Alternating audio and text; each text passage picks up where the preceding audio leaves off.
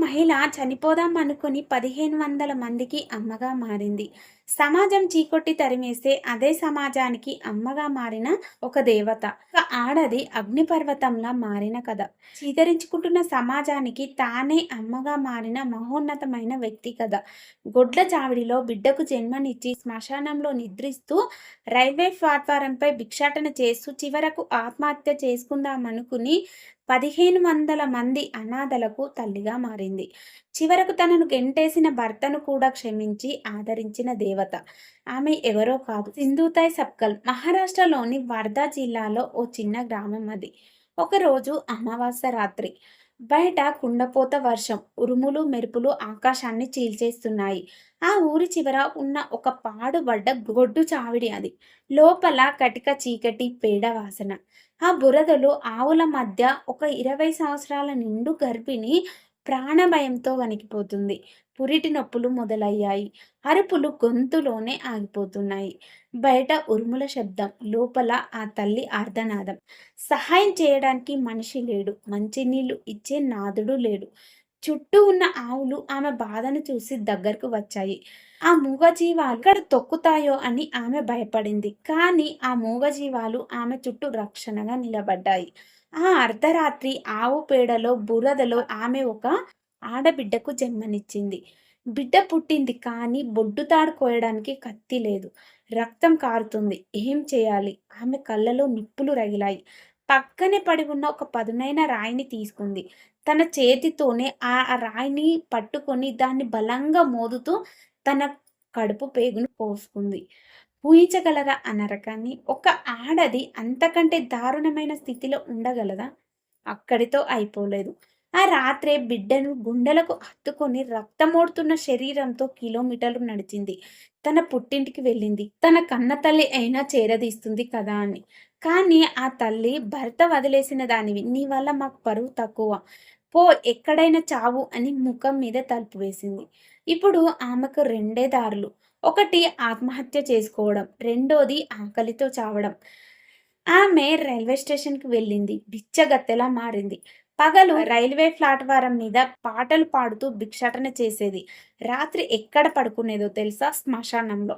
ఎందుకంటే దయ్యాలు ఉంటాయని మనుషులు భయపడతారు. కానీ ఆమెకు దయ్యాల కంటే మనుషులంటేనే ఎక్కువ భయం.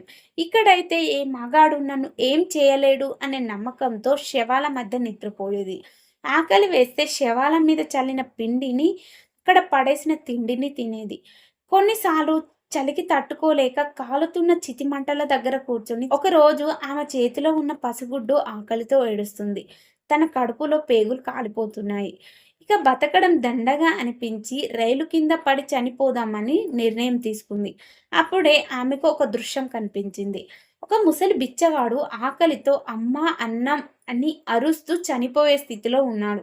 ఆమె చేతిలో తను బిచ్చమెత్తుకోగా వచ్చిన రొట్టె ముక్క మాత్రమే ఉంది. ఆమె ఆలోచించింది, నేను ఎలాగూ చనిపోవాలనుకుంటున్నాను కదా, చనిపోయేలోపు ఈ రొట్టె ఆయనకిస్తే కనీసం తనైనా బతుకుతాడు కదా అని అనుకుంది.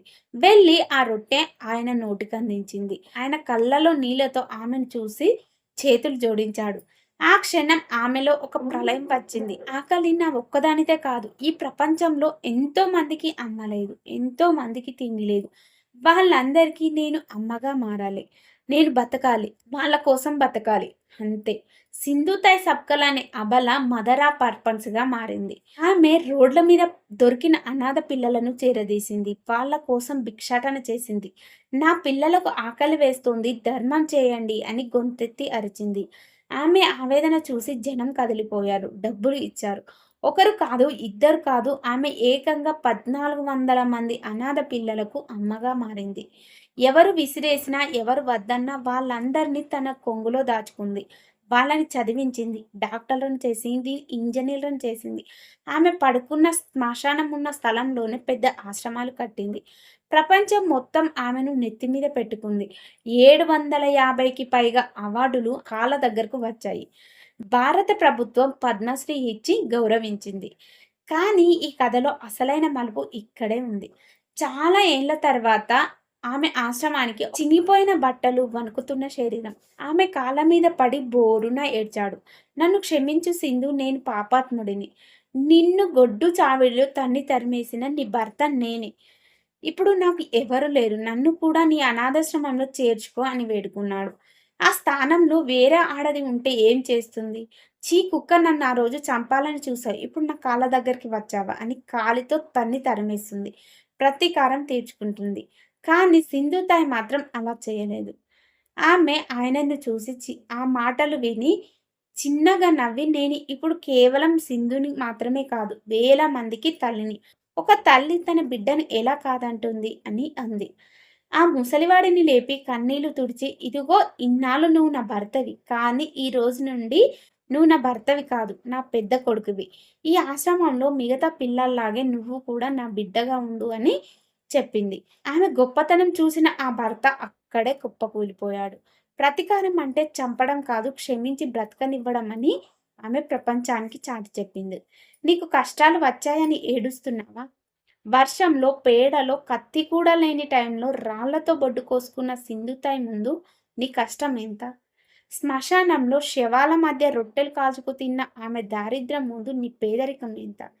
జీవితం నిన్ను ఎంత కిందకి తొక్కితే నువ్వు అంత పైకి ఎగరాలి. బంతిని నేలకేసి కొడితేనే అది ఆకాశం వైపు లేస్తుంది.